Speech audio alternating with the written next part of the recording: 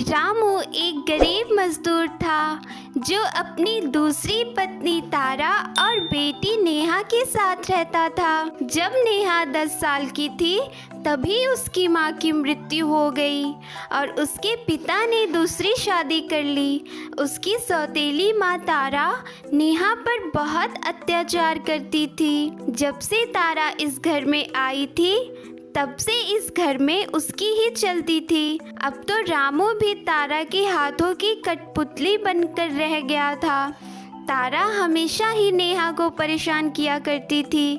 इसी तरह एक दिन अरे ओ करम चली कहीं की, अब रसोई में बैठकर अपने बाप के काम पर चले जाने का दुख मनाती रहेगी या मेरे लिए चाय भी लेकर आएगी? हाँ माँ, बस अभी आई।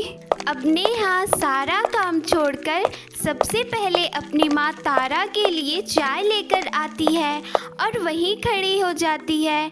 चाय पीते हुए उसकी माँ उसे सामने खड़ा करके वह गुस्से में नेहा से कहती है, क्यों री मेरे सर पर क्यों खड़ी हो गई? घर का सारा काम खत्म हो गया है क्या? नहीं माँ, पर मैं जल्दी से घर का सारा काम खत्म कर लूंगी। अरे जब घर का काम खत्म नहीं हुआ है तो मेरे सर पर क्यों खड़ी है? जाकर घर का काम क्यों नहीं करती है? माँ, मुझे आपसे आज्ञा लेनी थी। वो गांव में बहुत बड़ा मेला लगा है। मैं अपनी कुछ सहेलियों के साथ मेला देखने जा सकती हूँ। तेरे बाप को पैसे कमाने के लिए दिन रात का पता नहीं चलता और एक बेटी है, उसे मेला देखने जाना है। सुन लड़की, अगर तूने एक कदम भी घर से बाहर रखा तो मैं तेरी दोनों टांगे तोड़ दूंगी। इतना बोलकर तारा गुस्से में नेहा को एक तमाचा मार देती है और नेहा का हाथ चाय के कप में जला देती है। बेचारी नेहा रोने लगती है, जिसके बाद तारा गुस्से में कहती है, अरे ये तो बस टेलर है, ताकि तेरे दिमाग में बाहर घूमने का विचार आए तो सबसे पहले तुझे अपनी सौतेली माँ का डर याद आ जाए। अब खड़ी रो क्यों रही है? चल जा, कुएं से पानी भर कर ला। पर माँ, कुआं अपने घर से बहुत दूर है। मैं हमेशा रीता आंटी के हैंडपंप से पानी भरकर लाती हूँ। इस बार कुएं से क्यों? जानती हूँ, इसीलिए तो तुझे कुएं पर भेज रही हूँ, ताकि तुझे तेरी गलती की सजा मिल सके। ना जाने कब इस मनहूस से पीछा छूटेगा मेरा। इतना बोलकर तारा वहीं से चली जाती है और बेचारी नेहा वहीं खड़ी होकर रोने लगती है। फिर वह रोते हुए बाल्टी लेकर कुएं पर पानी भरने जाती है और हाथ जला होने के कारण तथा कुआं दूर होने के कारण उसे घर आने में टाइम लग जाता है। इसलिए उसे आज घर का काम करने में सुबह से दोपहर हो जाती है, जिस वजह से नेहा तारा को दोपहर का खाना समय पर नहीं दे पाती है। फिर जब नेहा रसोई में खाना बना रही थी तभी वहाँ उसकी सौतेली माँ तारा आ जाती है और वह नेहा से बोलती है, क्यों रे कलमोही, मैंने तुझे कुएं से पानी लाने की सजा क्या दी? तूने आज मुझे दोपहर का खाना ही नहीं दिया। नहीं माँ, ऐसा नहीं है। दरअसल कुएं से पानी बहुत नीचे था, भरने में और घर आने में देरी हो गई है, इसीलिए मैं आपको दोपहर का खाना समय पर नहीं दे पाई।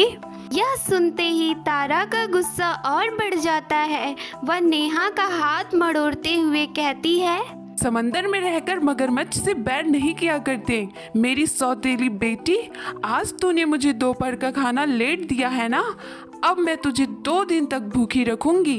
इतना कहकर तारा वहाँ से चली जाती है।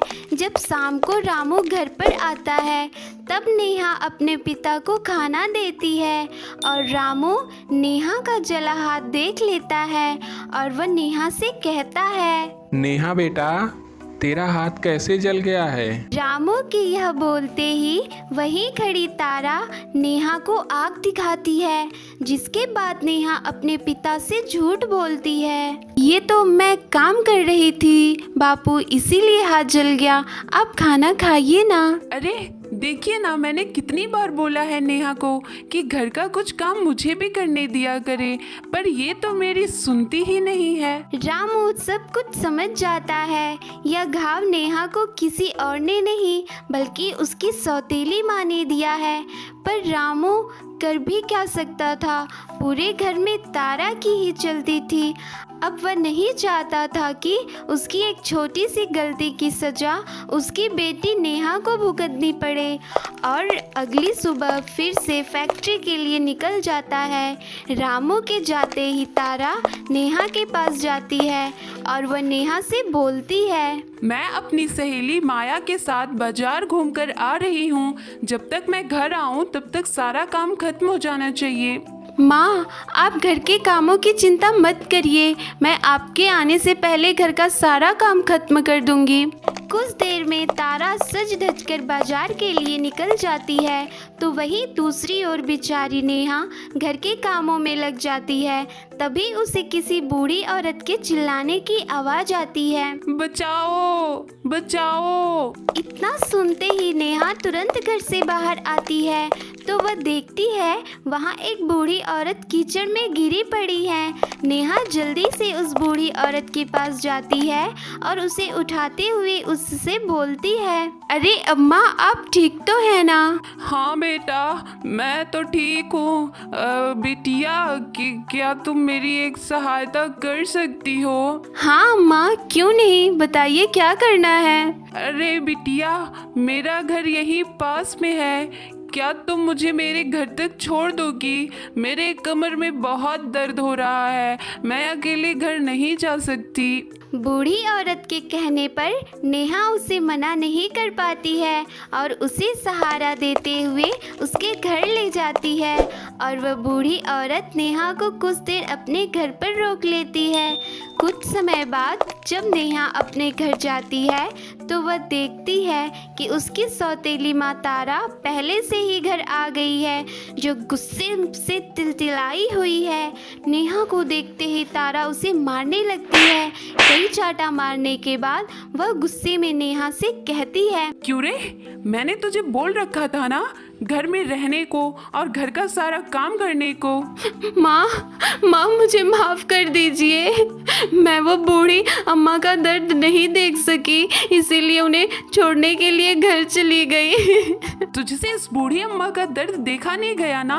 अब जब मैं तुझे घर से बाहर कड़कती धूप में खंबे के पास खड़ी कर दूंगी ना, तो देखती हूँ किस पे तुझे तरस आता है। इतना बोलकर तारा नेहा को घर के बाहर ले जाकर कड़कती धूप में खम्भे से बांध देती है। यह सब देखकर गांव की एक औरत तारा से बोलती है, अरे तारा बहन, तुम अपनी सौतेली बेटी पर इतना अत्याचार क्यों करती हो? शायद इतने सालों में इसीलिए तुम माँ नहीं बन पाई। मुझे ज्ञान देने की जरूरत नहीं है, समझी? मैं अपनी सौतेली बेटी से बहुत प्यार करती हूँ। ये तुम्हारी बेटी की तरह मुझे और मेरे पति का मुंह काला न करवाए, इसीलिए मैं इसे सजा दे रही हूँ। अगर तुम्हारी बेटी की तरह मैंने इसे छूट दे दी ना, तो यह भी न किसके साथ अपना मुंह काला करवा के आएगी। इतना बोलकर तारा नेहा को बांध कर घर में चली जाती है। और शाम को जब रामू घर आता है तो अपनी बेटी को बाहर खम्भे में बंधा पाता है और वह तारा पर बहुत गुस्सा होता है, जिस पर तारा बोलती है, हाँ, तुम मुझे ही सुनाओगे ना? मैं इसकी सौतेली माँ जो हूँ, मैं नहीं चाहती हूँ कि वह बिगड़े, बस इसीलिए ये सब किया। नेहा हाथ से निकले उससे पहले हमें इसकी शादी करवा देनी चाहिए। इतना कहकर तारा झूठे आंसू बहाने लगती है और रामू को नेहा की शादी के लिए मना लेती है। इसी तरह कुछ दिन बीत जाते हैं और तारा नेहा के लिए एक लड़का ढूंढ लेती है, जो कि नेहा से 15 साल बड़ा था और उसकी एक बेटी भी है। जब तारा यह बात अपने पति रामू से बताती है तो उसका पति रामू तारा से बोलता है, तारा, मैं उस लड़के से अपनी नेहा बेटी की शादी नहीं कर सकता हूँ। मेरी नेहा अभी सिर्फ 19 साल की है और वह लड़का नेहा से 15 साल बड़ा है, ऊपर से एक बच्चे का बाप भी है। आप भी तो मेरे से बड़े थे और आपकी भी तो एक बेटी थी, लेकिन मैंने भी तो आपसे शादी की ना।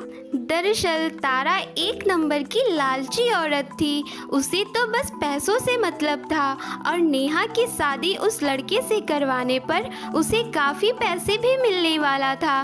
बस इसीलिए वह नेहा की शादी उस लड़के से करवाना चाहती थी। पर वह कहते हैं ना, जिसके साथ भगवान होते हैं उसका कोई कुछ नहीं बिगाड़ सकता। तारा चाहती थी कि नेहा की शादी एक शादीशुदा लड़के से करवाने पर उसकी ज़िंदगी बद से बदतर हो जाएगी, परंतु नेहा को ऐसा जीवन साथी मिलता है जो नेहा से बेहद प्यार करता है, जो उसकी खुशियों का ख्याल रखता है, और इस तरह नेहा को अपनी सौतेली माँ के अत्याचारों से छुटकारा मिल जाता है और वह अपने पति के साथ एक खुशहाल जिंदगी जीने लगती है। यदि कहानी पसंद आई हो तो वीडियो को लाइक करें और चैनल को भी सब्सक्राइब कर लें और घंटे के निशान को दबाना बिल्कुल भी ना भूलें।